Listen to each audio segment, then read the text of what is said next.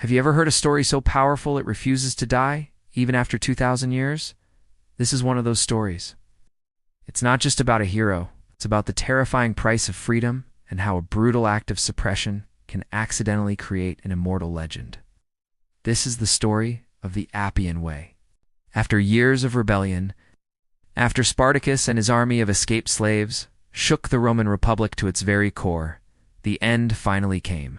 The mighty legions led by Crassus crushed the revolt. But for Rome, victory wasn't enough. It needed to send a message.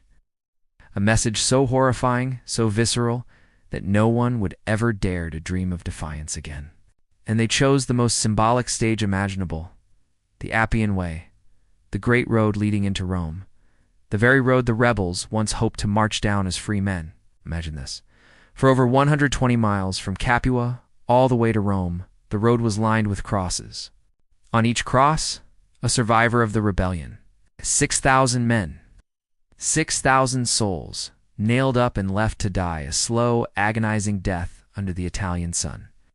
Travelers, merchants, soldiers, and citizens heading to the capital would have to pass through this corridor of suffering. For weeks, maybe even months, the bodies were left to rot, a gruesome, stinking testament to Roman power. The message was clear and unambiguous. This is what happens when you challenge us. This is the price of your freedom. Defiance of Rome carries the ultimate price. It was meant to be the final bloody punctuation mark on the story of Spartacus, an act of terror designed to erase their memory and bury their cause forever. But Rome made a monumental miscalculation. In their attempt to silence the rebellion, they gave it a voice that would echo for eternity.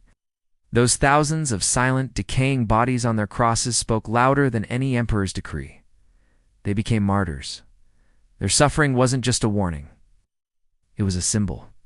The legend of Spartacus wasn't crucified on the Appian Way. It was born there.